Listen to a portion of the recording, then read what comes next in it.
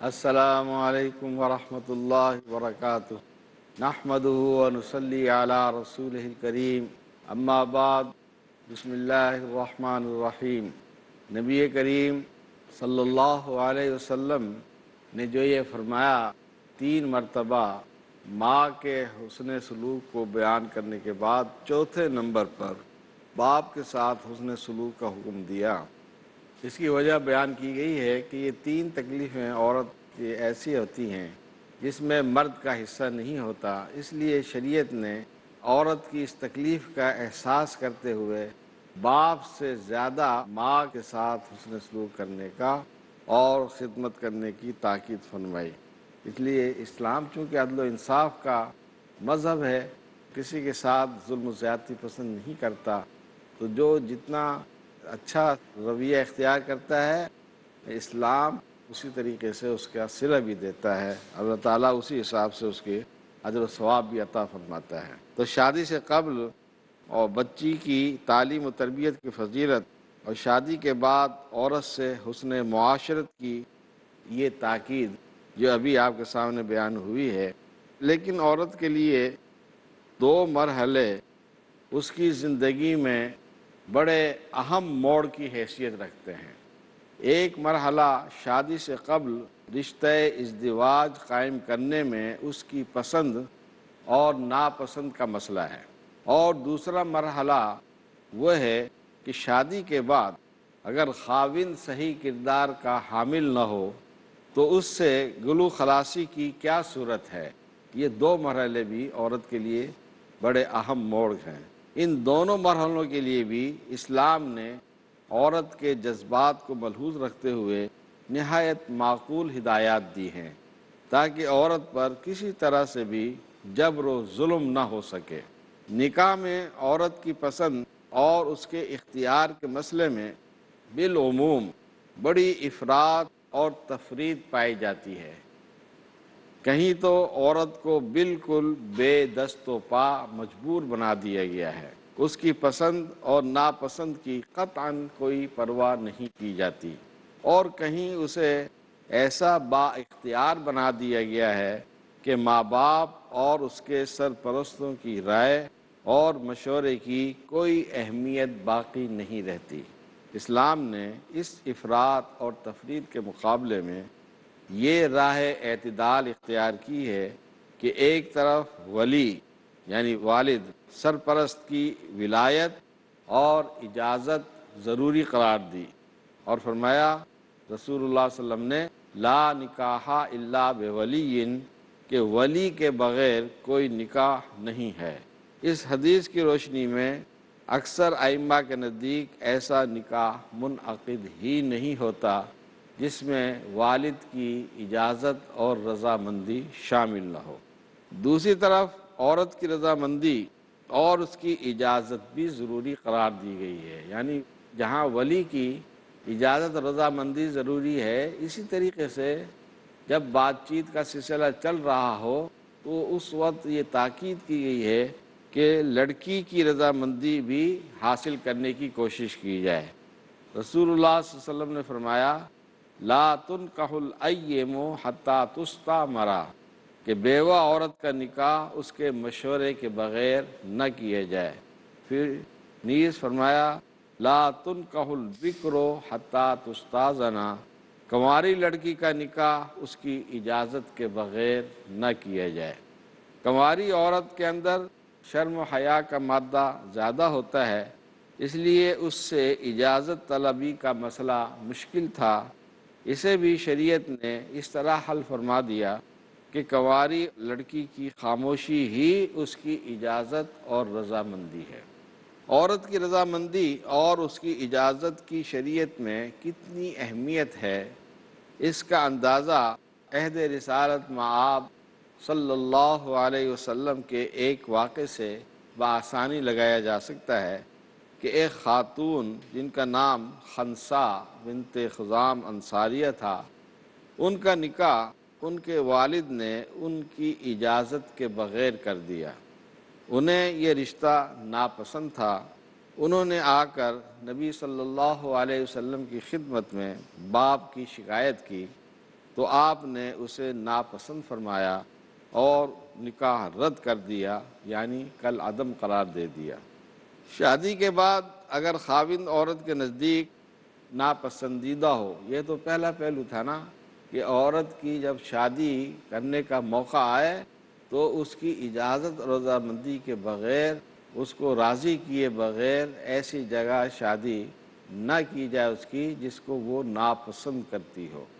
دوسرے نمبر پر شادی کے بعد اگر خاوند عورت کے نزدیک ناپسندیدہ ہو، وہ اس پر ظلم و ستم کرتا ہو یا اور کسی وجہ سے اس کو ناپسند ہو، تو اس سے نجات حاصل کرنے کے لیے اسی طرح عورت کو خلا کا حق دیا گیا ہے، جس طرح مرد کو ناپسندیدہ بیوی سے چھٹکارا حاصل کرنے کے لیے طلاق کا حق حاصل ہے۔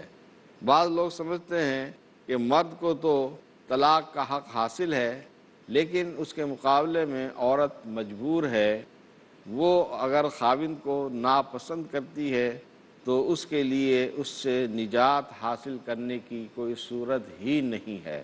یہ ایسا سمجھنا اور یہ تصور یکسر غلط ہے اور اسلام کی تعلیمات کے خلاف ہے۔ عورت کو مرد کے حق کے طلاق کے مقابلے میں اسلام نے حق خلا عطا کیا ہے۔ البتہ اس نے مرد اور عورت دونوں کو یہ تاکید کی ہے کہ دونوں اپنا یہ حق انتہائی ناگزیر حالات میں استعمال کریں، محض ذائقہ بدلنے کے لیے استعمال نہ کریں۔ اگر ایسا کوئی کرے گا تو سخت گناہ گار ہوگا۔ اسی طرح شریعت اسلامیہ نے مرد کو طلاق دینے کے بعد رجوع کا حق دیا ہے۔ اس میں عورت پر ظلم کی یہ صورت ہو سکتی تھی کہ طلاق دینے کے بعد عدت کے اندر بار بار مرد رجوع کر لے اور یوں عورت کو نہ آباد کرے اور نہ مکمل آزاد کرے اور وہ بیچ میں معلق رہے، جس طرح زمانہ جاہلیت میں عورت کو اس طرح تنگ کیا جاتا تھا۔ طلاق دیتے تھے اور نہ آباد کرتے تھے، بلکہ طلاق دیتے اور عدت گزرنے سے قبل ہی رجوع کر لیتے، پھر طلاق دیتے اور پھر عدت گزرنے سے قبل رجوع کر لیتے، اور یہ سلسلہ سالہ سال تک اسی طرح معلق چلتا رہتا۔ شریعت نے اس ظلم کے انسداد کے لیے حق کے طلاق کو محدود کر دیا کہ مرد پوری زندگی میں 2 مرتبہ تو طلاق دینے کے بعد رجوع کر سکتا ہے، لیکن تیسری مرتبہ طلاق دینے کے بعد رجوع کا حق بالکل نہیں رہتا، ماں سوا اس کے کہ وہ دوسرے خاوند سے نکاح کرے اور وہ اپنی مرضی سے اسے طلاق دے دے۔ یہ چند مختصر اشارات ہیں جس سے اس بات کی وضاحت ہوتی ہے کہ اسلام نے ایک تو عورت کو بہت اونچا مقام عطا فرمایا کہ مرد اور عورت کو انسانی حقوق کے لحاظ سے اور انسانی عزت اور شرف کے اعتبار سے یکساں قرار دیا، اور دوسرا اسلام سے قبل عورت کو جو بے حیثیت سمجھتے ہوئے اس پر جس طرح سے ظلم کیا جاتا تھا، وہ ظلم و جبر کی تمام صورتوں سے اسلام نے منع کر دیا۔ اب ایک اور اہم مسئلہ، اسی طرح اسلام کی ایک امتیازی خصوصیت یہ بھی ہے کہ اس نے مرد اور عورت دونوں کے دائرہ کار کو بھی متعین کر دیا ہے۔ اس امر میں تو اختلاف کی کوئی ادنا سی بھی گنجائش نہیں ہے کہ قدرت نے مرد اور عورت دونوں کو الگ الگ مقاصد کے لیے پیدا فرمایا ہے، لہذا دانش مندی کا تقاضا یہ ہے کہ دونوں صنفوں کی ذہنی اور عملی صلاحیتوں میں قدرتی فرق کو بھی تسلیم کیا جائے اور اس فرق کی بنیاد پر دونوں کے دائرہ کار کے اختلاف کو بھی تسلیم کیا جائے۔ اگرچہ دونوں اپنے اپنے دائرے میں انسانی زندگی کے لیے ناگزیر اور ایک دوسرے کے لیے لازم اور ملزوم کی حیثیت رکھتے ہیں، عورت مرد سے بے نیاز نہیں رہ سکتی اور مرد عورت کو نظر انداز کر کے زندگی کی شاہراہ پر ایک قدم بھی نہیں چل سکتا۔ تاہم دونوں کی ذہنی صلاحیتوں میں فرق ہے، دونوں کا مقصد تخلیق الگ الگ ہے اور دونوں کے دائرہ کار ایک دوسرے سے مختلف اور جداگانہ ہیں۔ بنا بری شریعت اسلامیہ نے ذہنی اور عملی فرق و تفاوت اور دائرہ کار کے اختلاف کی وجہ سے بہت سی چیزوں میں مرد اور عورت کے درمیان فرق ملحوظ رکھا ہے۔ بعض ذمہ داریاں صرف مردوں پر عائد کی ہیں، عورتوں کو ان سے مستثنی رکھا ہے۔ اسی طرح بعض خصوصیات سے عورتوں کو نوازا ہے، مردوں کو ان سے محروم رکھا ہے۔ لیکن ان فطری صلاحیتوں کے فرق و تفاوت کا مطلب کسی صنف کی برتری اور دوسری صنف کی کمتری اور حقارت نہیں ہے۔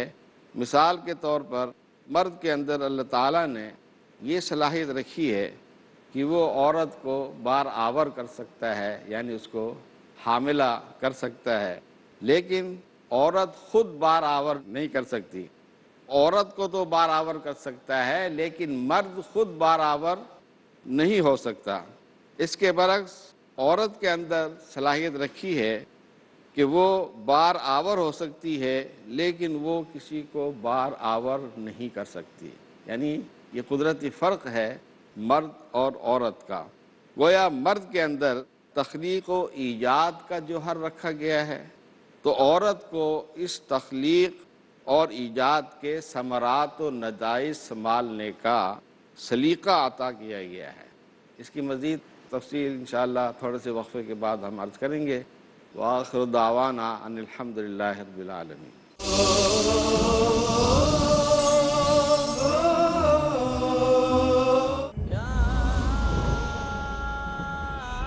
ہر موڑ پر خدا کا خوف پیدا کرو۔ اگر آدمی اللہ تعالیٰ کو یاد کرتا رہے تو انشاءاللہ وہ خرابیوں کا شکار نہیں ہوگا۔ ہر محاذ پر انسانوں کے ساتھ اچھے اخلاق کے ساتھ پیش آنا، ان کے دکھ درد میں شریک ہونا، مولانا اعجاز اسلم۔ کہ اگر برائی سرزد ہو گئی تو اس کے بعد بھلائی کرو۔ ہر مقام پر پوری کی پوری زندگی اللہ تعالیٰ کے خوف سے آراستہ ہو۔ کیا ہیں وہ تدبیریں جو کرتی ہیں انسانی زندگی کو سنوارنے کا کام؟ تدبر اسلام، کل شام 6 بجے اور دوبارہ رات 12:30 بجے انڈیا میں پیس ٹی وی اردو پر۔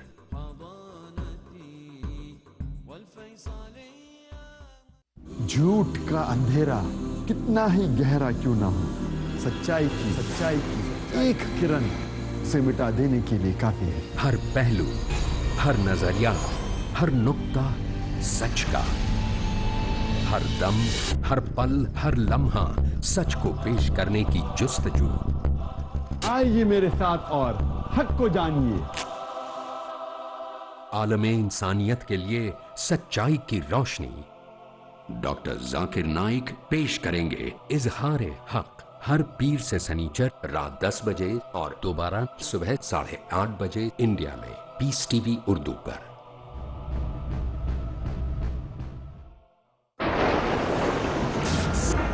جب گمراہیاں قدم پسار رہی تھی، بدکاریاں سر ابھار رہی تھی، اچھائیوں کو دبایا جا رہا تھا، تو آپ صلی اللہ علیہ وسلم نے ارشاد فرمایا نہ صرف خود برائی سے بچنا ہے بلکہ دوسروں کو بھی برائی سے روکنا ہے۔ تب کس نے مظلوموں کی حمایت کی، دلایا حقداروں کو حق۔ رسولوں کے آنے کے بعد کوئی دلیل، کوئی حجت اللہ کے خلاف باقی نہ رہے۔ اعجاز لطیف۔ اسلام قبول کیا ہے، ہم نے سر تسلیم خم کیا ہے۔ اللہ ہمارا آقا ہے، ہمارا مالک ہے، ہمارا خالق ہے۔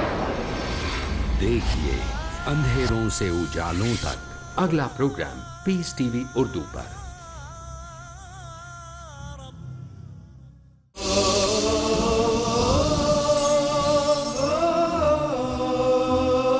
نحمدہ ونصلی علی رسولہ الکریم، اما بعد، بسم اللہ الرحمن الرحیم۔ مرد اور عورت کے درمیان جو قدرتی طور پر ان کے صلاحیتوں کا اختلاف ہے، اس کے ضمن میں گفتگو ہو رہی ہے۔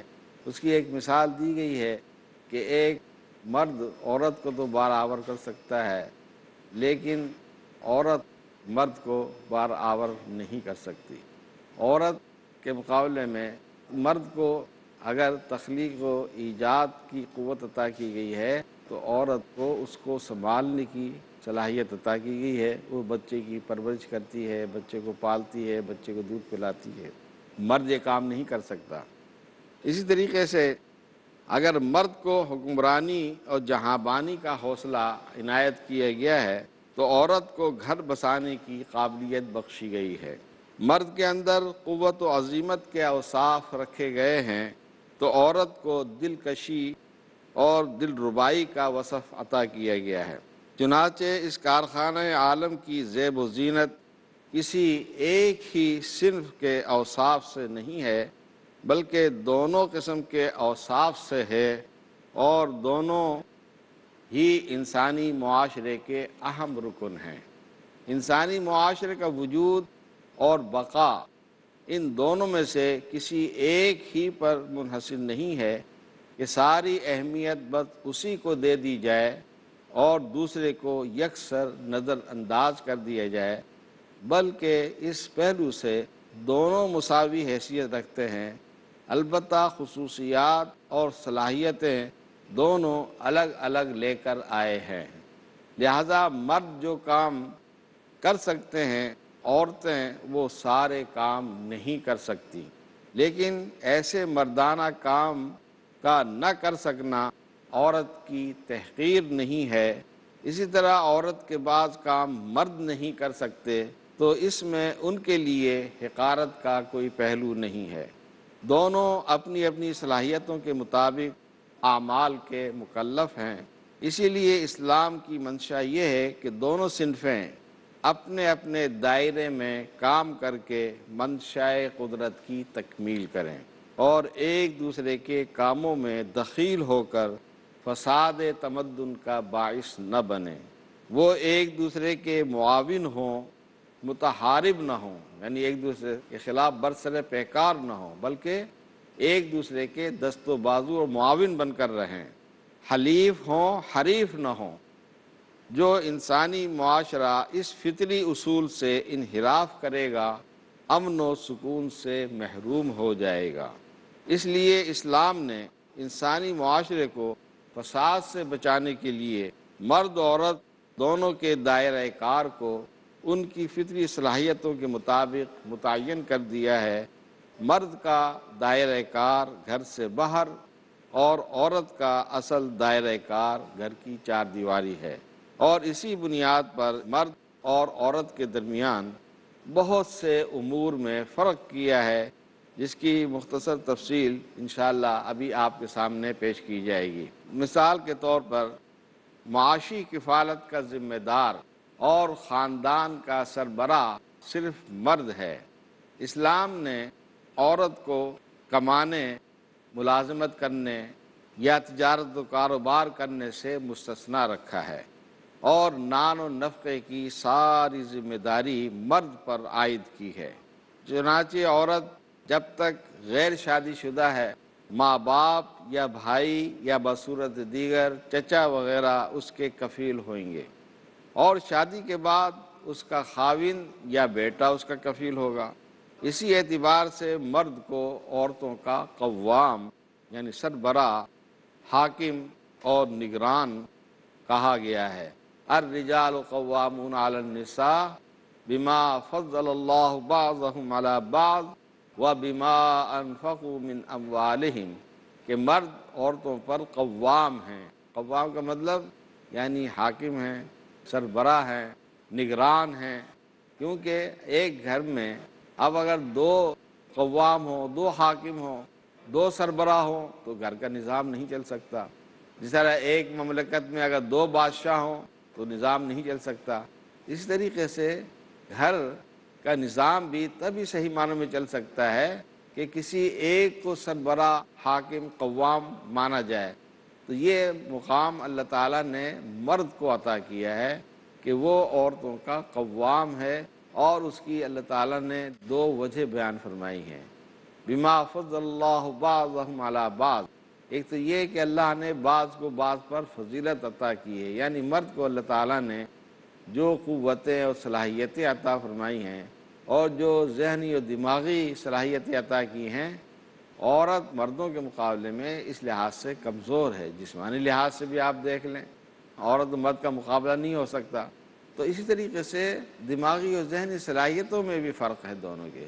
تو ایک تو اس وجہ سے کہ مرد کو اللہ تعالیٰ نے عورت کے مقابلے میں زیادہ قوتیں اور صلاحیتیں عطا کی ہیں، اور دوسری وجہ اللہ نے یہ بیان فرمائی وَبِمَا أَنفَقُوا مِنْ أَمْوَالِهِمْ، کہ مرد عورتوں پر اپنے مال خرچ کرتے ہیں، کیونکہ کمانا اور ملازمتیں کرنا، تجارت کرنا، کاروبار کرنا یہ مرد کی ذمہ داری ہے۔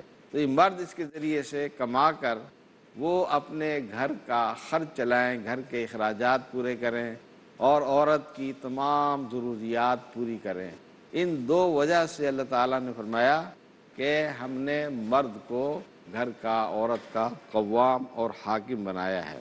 مرد کی جس فضیلت کا یہاں ذکر کیا گیا ہے وہ یہی ہے کہ چونکہ خاندان کا کفیل وہ ہے اور تجارت و کاروبار اسی کی ذمہ داری ہے، اس کو اسی قسم کی صلاحیتوں سے نوازا گیا ہے اور وہی یہ بوجھ اٹھانے کے قابل بھی ہے، اس لیے اس کی ذمہ داری کی نسبت سے اس کا حق بھی زیادہ ہے، اور وہ حق یہ ہے کہ وہ سربراہ خاندان ہو۔ اور مرد کی اس فضیلت و فوقیت کو دوسری آیت میں یوں بیان کیا گیا ہے وَلِلرِّجَالِ عَلَيْهِنَّ دَرَجَةٌ، کہ مرد کو عورتوں پر ایک درجہ، ایک قسم کی خاص فضیلت حاصل ہے۔ اسی طرح دوسرا حکم اللہ تعالیٰ نے یہ دیا ہے کہ عورت کو پردے کا پابند بنایا گیا ہے۔ اسلام نے عورت کو چونکہ بیرون خانہ کی ذمہ داریوں سے مستثنیٰ رکھا ہے، اس لیے اس نے عورتوں کے لیے یہ تاکید کی ہے کہ وہ اپنا وقت گھر کے اندر گزاریں۔ ازواج مطہرات رضی اللہ عنہن کو اللہ تعالیٰ نے حکم دیا وَقَرْنَ فِي بُيُوتِكُنَّ وَلَا تَبَرَّجْنَ تَبَرُّجَ الْجَاهِلِيَّةِ الْأُولَى، کہ وہ ازواج مطہرات اپنے گھروں میں ٹک کر رہیں اور زمانہ جاہلیت کی طرح اپنی زیب و زینت کا اظہار نہ کریں۔ اس آیت سے یہی معلوم ہوتا ہے کہ عورت کا منصب یہ قطعاً نہیں ہے کہ وہ بازار کی تاجر، دفتر کی کلرک، عدالت کی جج، فوج کی سپاہی، کسی افسر کے سیکریٹری، کسی دکان میں ماڈل گرل یا ایئر ہوسٹس بنے، بلکہ اس کے عمل کا حقیقی میدان اس کا گھر ہی ہے۔ یہ آیت اگرچہ ازواج مطہرات کے ضمن میں نازل ہوئی تھی، لیکن اس میں جو احکام دیے گئے ہیں وہ تمام مسلمان عورتوں کے لیے عام ہیں، وہ صرف ازواج مطہرات کے ساتھ خاص نہیں ہیں۔ اور اس آیت سے یہ معلوم ہوتا ہے کہ عورت کو زیادہ سے زیادہ اپنے گھر ہی میں رہنا چاہیے اور گھریلو امور کو سر انجام دینا چاہیے۔ البتہ ضرورت کے وقت وہ گھر سے باہر نکل سکتی ہیں، یہ نہیں ہے کہ وہ گھر سے باہر نکلنا ہی ان کے لیے ممنوع ہے، لیکن باہر جب نکلیں تو پردے کی پابندی کے ساتھ نکلیں۔ بغیر پردے کے باہر نکلنے کی عورتوں کو اسلام نے اجازت نہیں دی ہے، اور اس کا حکم بھی قرآن مجید میں موجود ہے اور احادیث میں بھی یہ تفصیلات بیان کی گئی ہیں۔ جب اللہ تعالیٰ نے قرآن مجید میں فرمایا یا ایھا النبی قل لازواجک وبناتک ونساء المؤمنین یدنین علیہن من جلابیبہن، اے پیغمبر اپنی ازواج مطہرات سے بھی کہہ دیں، اپنی بیٹی سے بھی کہہ دیں اور مومن عورتوں سے بھی کہہ دیں کہ وہ باہر نکلتے وقت اپنے اوپر بڑی چادر سے پردہ کر لیا کریں۔ پردے کے بغیر گویا گھر سے باہر نکلنے کو اللہ تعالیٰ نے ان کے لیے ممنوع قرار دے دیا۔ شریعت کی نگاہ میں عورت کے لیے اپنے گھر ٹھہرنے کی جتنی اہمیت ہے اس کا اندازہ اس سے بآسانی لگایا جا سکتا ہے کہ عبادات ہوں یا دیگر فرائض، ان کو عورت پر اجتماعی شکل میں فرض ہی نہیں کیا گیا ہے۔ نماز جو سب سے زیادہ اہم عبادت ہے، مرد پر تو با جماعت مسجد میں جا کر نماز پڑھنا فرض ہے، اور بغیر جماعت کے پڑھنے پر سخت وعیدیں بیان کی گئی ہیں، لیکن عورت پر نماز تو ضرور فرض ہے، لیکن اس کے لیے جماعت ضروری نہیں ہے کہ وہ مسجد میں جا کر با جماعت ضرور پڑھے۔